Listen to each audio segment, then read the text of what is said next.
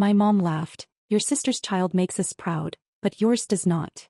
Then I added calmly, but I'm done paying for people who think like that. You're cut off. My parents froze. And then Last Thanksgiving I canceled a $1,400 monthly insurance payment that had been keeping my parents covered for 2 years. And I did it while they were still sitting at my kitchen table, mid-bite into the pot roast I'd spent 4 hours making for them. Why? Because 30 seconds earlier, my mother looked at my 8-year-old daughter Lily and told my father, right in front of her, that she didn't have the spark that my sister's children have. And my father? He laughed. So I pulled out my phone, opened my banking app and canceled the payment right there. My name is Brooke, I'm 36, I live outside Knoxville, Tennessee, and that was the night I finally stopped being the family doormat. But honestly, that was just the beginning of what turned into the most insane 3 months of my life, and I still can't believe how it all ended. Let me give you the full picture because this didn't come out of nowhere. I'm the younger of 2 sisters. My older sister Megan is what my parents Diane and Richard would call the one who got it right.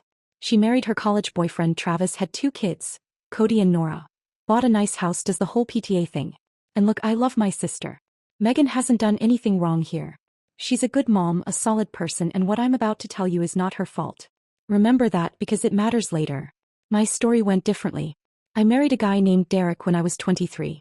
We had Lily when I was 27, and by the time she was 3, Derek decided fatherhood was, and I'm quoting, limiting his personal growth. So at 30 I was divorced with a toddler. And from that moment on something changed in how my parents saw me. Not anything they'd ever admit to. Just this shift. Like I'd let the family down somehow. You want to know what really sealed it though? About 2 years after the divorce I started seeing a guy named Paul. Nice enough guy, nothing serious, lasted about 8 months. We broke things off mutually. Zero drama. But my mother treated it like I was running some kind of scandal. She told me on the phone once, totally casual, like she was reading a grocery list. Maybe you should focus on being a mother instead of chasing after men. Chasing after men. I dated one person. Well, can you even imagine hearing that? And my dad, Richard, he's the quiet type but not in a gentle way. More like every word he does say is designed to hit you right in the gut. After Paul and I broke up, all he said was, well, at least Megan's got things figured out. That was it. That was his entire response to his daughter going through a breakup. Father of the year, right? Now here's what you need to know about me because it explains why it took so long for me to snap. I was, the ultimate people pleaser. The fixer. The one who shows up no matter what. Every Thanksgiving, I drove 3 hours to them. Every Sunday, I called. When Dad needed his roof fixed, who found the contractor and covered half the cost? Not Megan. Me. When Mom had her gallbladder out 2 years ago, who took a week off work to stay with her, sleep on her couch, make sure she took her meds on time? Me. Megan sent flowers and a card. A card. And nobody blinked. Nobody said, hey, maybe Megan could pitch in. Because that's not how it works in my family. Megan is the golden child and I'm the one who earns her place by being useful. Do you know what that feels like? To be loved conditionally based on what you do for people and then watch your sister get loved just for existing? Yeah. It's exactly as fun as it sounds. So let's get to Thanksgiving. I'd actually been looking forward to it. Foolish, I know. I made Mom's pot roast recipe, set the table with actual cloth napkins, and Lily picked wildflowers from the backyard and arranged them in a mason jar as a centerpiece. She was so excited. She'd been working on this watercolor painting of a sunset over a lake. Her art teacher, Mrs. Whitfield, told me Lily's one of the best in the class, and she wanted to show her grandparents. The first hour was fine. We talked about Megan's kitchen renovation because of course we did. Dad went on about how Cody made the junior varsity baseball team, and I smiled and said all the right things because I'm genuinely happy for my nephew. No issues there. Then Lily brought out her painting. Held it up with both hands, this big hopeful smile on her face. My mom barely glanced at it. That's nice, honey, she said in the same voice you'd used to acknowledge a sneeze. Then she turned to my dad and said, it's a shame she doesn't have the spark Megan's kids have. You can just tell the difference. Lily heard every word. She didn't cry. My kid is tougher than I am, honestly, but I watched her face just shut down. Like a door closing. She set the painting on the table, walked to her room and quietly closed the door. And my father chuckled. Actually chuckled. Like my mother had made a witty comment about the weather. I'm going to be honest with you. Have you ever felt something physically break inside your chest? Not your heart. Something deeper. Something that had been holding you together for years and it just snapped? That's what happened to me in that moment. But I didn't scream. I didn't throw the pot roast. Although between you and me I thought about it. I put my fork down. Looked right at my mother. And I said very quietly, That was a cruel thing to say about your granddaughter. Mom's eyes went wide. Genuine surprise. Oh, Brooke, don't be dramatic, I didn't mean. You meant exactly what you said, Mom. Dad jumped right in, classic Richard style. Your mother was making an observation. Don't be so sensitive. An observation. About an 8-year-old child. His own granddaughter. At her own table. So here's where it gets real. I looked at both of them and said, for the past 2 years I've paid your supplemental health insurance. Every month. $1,400. I covered half the roof repair. I took a week off work for Mom's surgery while Megan sent a greeting card. I drive to you every holiday. I call every Sunday. And this is what I get. You sit at my table, eat food I made, and tell my daughter she's less than. Silence. Total absolute silence. Then I picked up my phone, opened my banking app, and right there, right in front of them, I canceled the recurring insurance payment. I turned the screen around so they could see it. You're cut off, I said. The insurance. The help. The Sunday phone calls. Everything. Until you can treat Lily like she matters as much as Cody and Nora. Do you think that was too much? Honestly, tell me, because sometimes at 2 in the morning I wonder if I went too far. But then I remember my daughter's face and I know I didn't. My mom immediately turned on the guilt tears.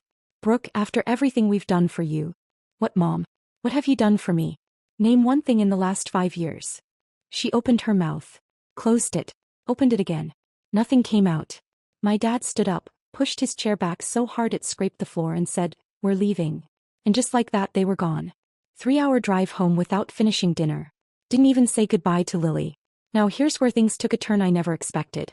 Because when my parents got home that night, my mother did something that honestly shocked me. She called Megan.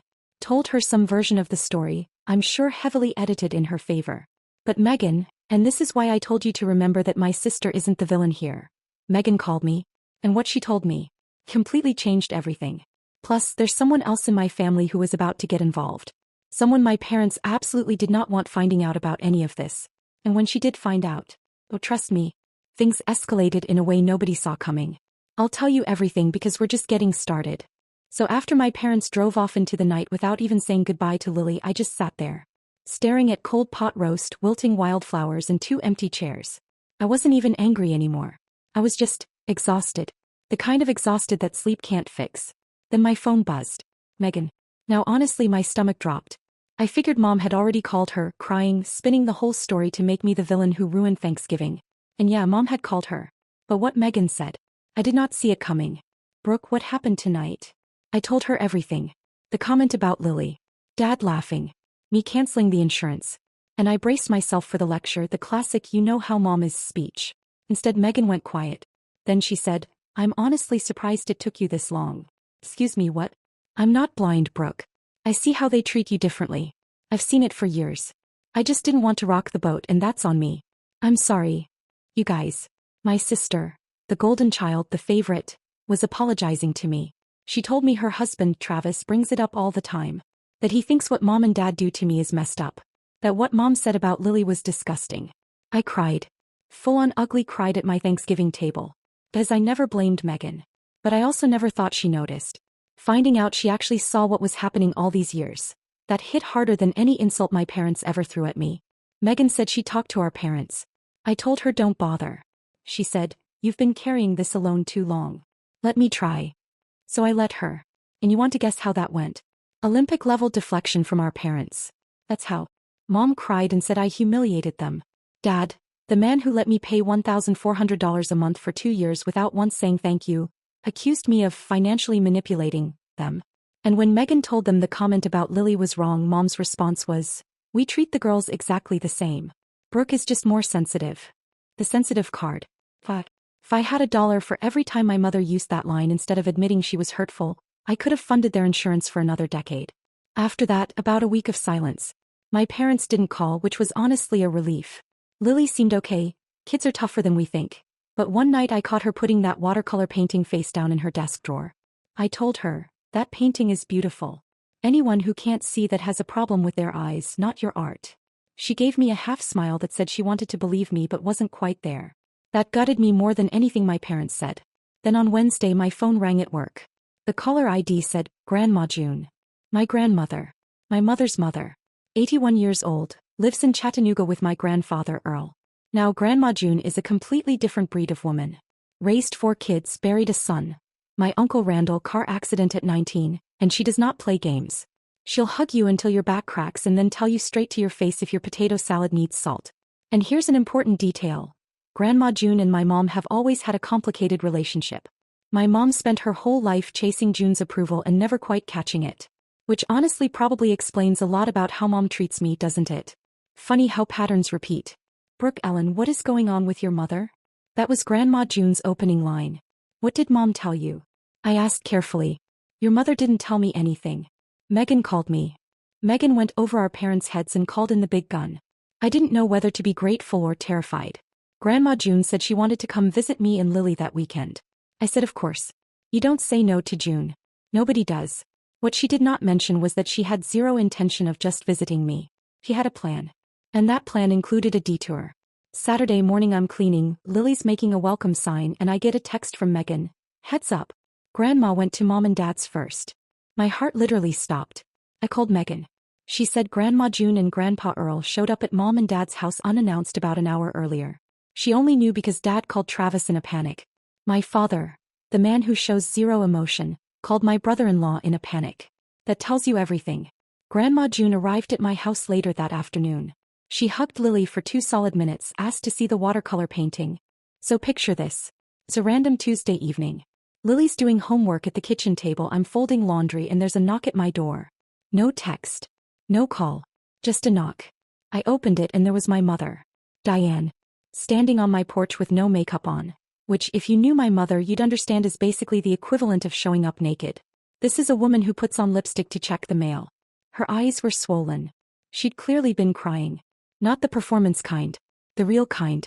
And she was holding something. A small gift bag with tissue paper sticking out the top. She looked at me and said, I'm not here to make excuses. I'm here because I need you to know that I hear you. And I need to say something to Lily. Now I want to be honest with you. My first instinct was to close the door. Seriously. Because I had spent the last few weeks building this wall inside myself brick by brick and it felt safe behind that wall. And here was my mother trying to knock on it and every part of me screamed, don't let her in. She'll just hurt you again. But I looked at her face. And I saw something I had never, not once in 36 years, seen in my mother's eyes before. Shame. Not embarrassment. Not the I got caught look. She'll shame. The kind that sits deep in your chest and won't leave. So I stepped aside and let her in. Would you have done the same? Honestly, I'm still not sure I made the right call. But I did it. Lily looked up from her homework and froze. She didn't say hi. Didn't smile. Just watched my mom the way a kid watches a dog they're not sure about. And that broke my heart because 6 months ago, Lily would have run to hug her grandmother. My parents did that. They turned my daughter cautious. My mom walked over to the table slowly like she was approaching something fragile. Which in a way she was.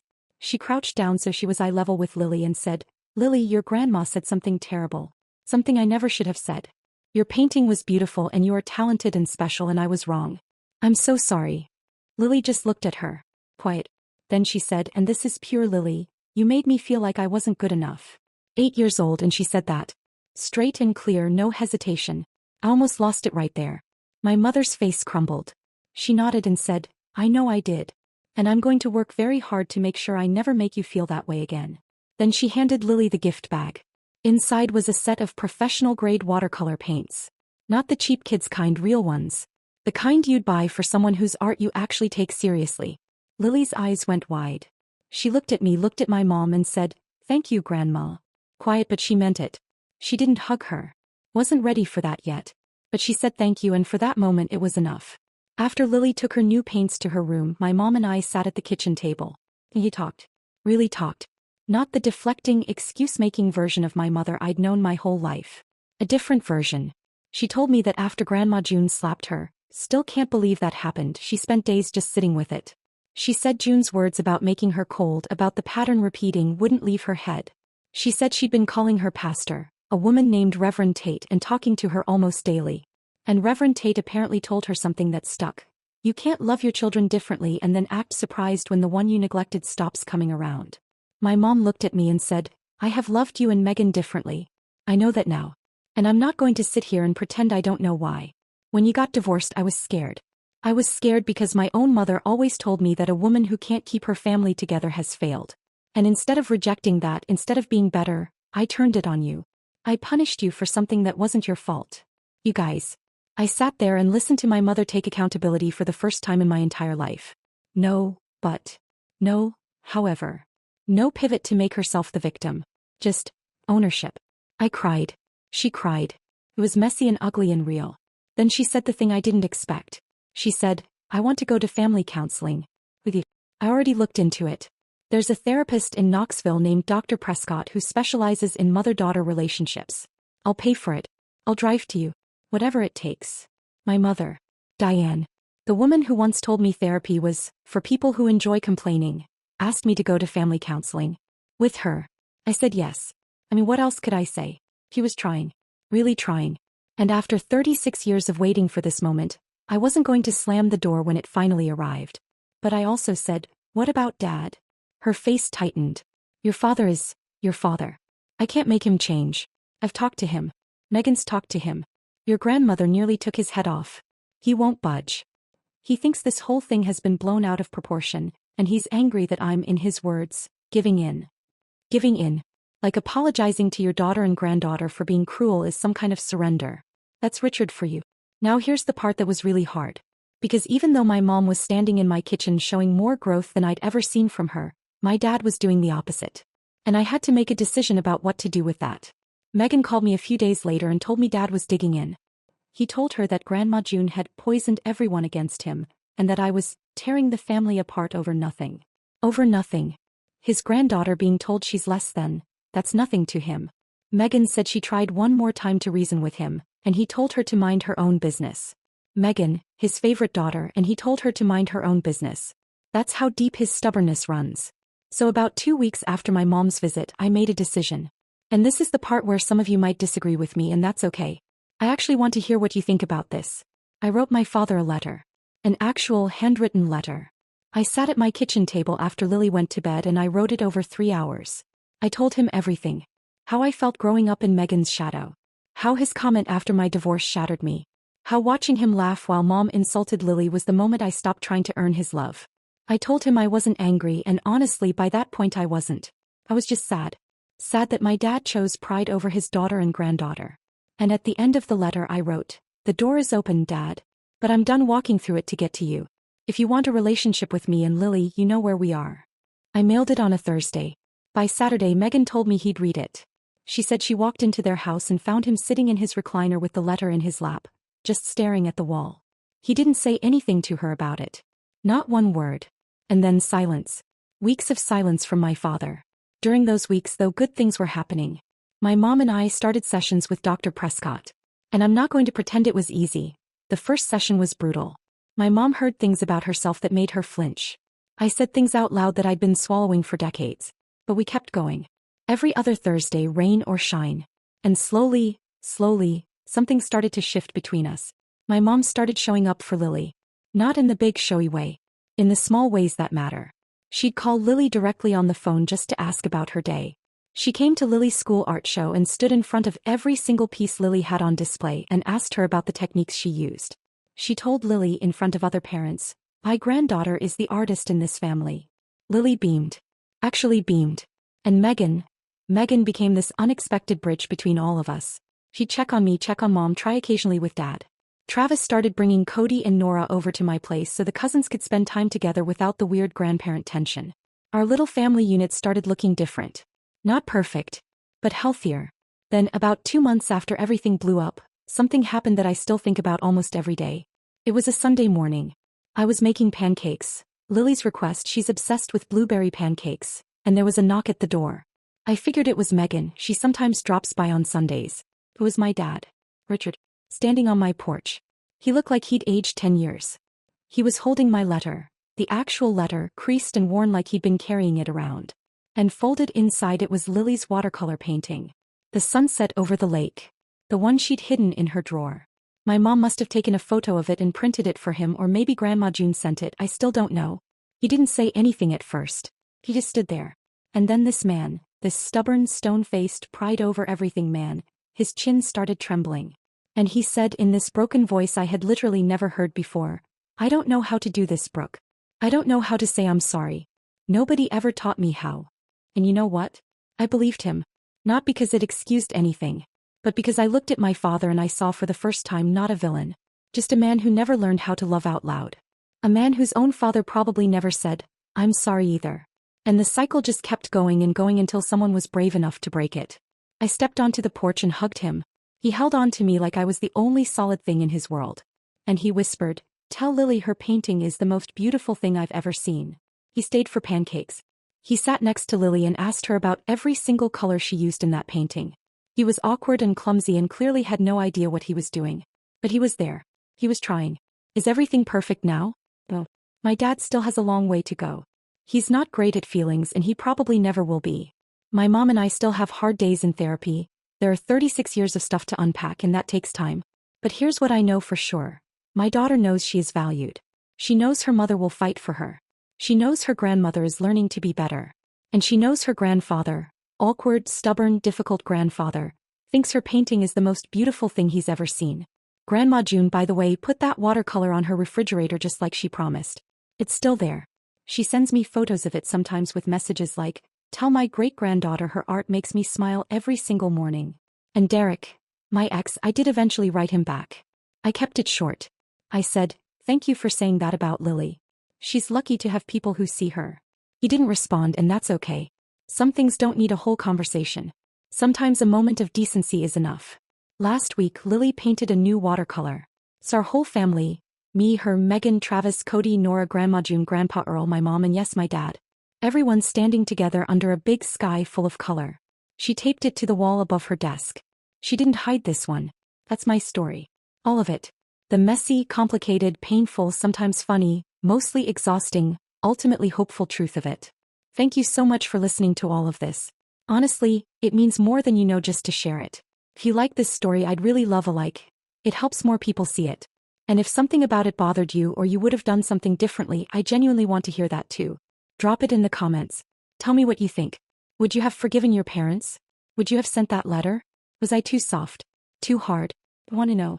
And if your own family has ever made you feel like you're not enough, I see you. You are enough. Your kids are enough. Don't let anyone, not even the people who are supposed to love you the most, convince you otherwise. Thank you for watching. I'll see you in the next one.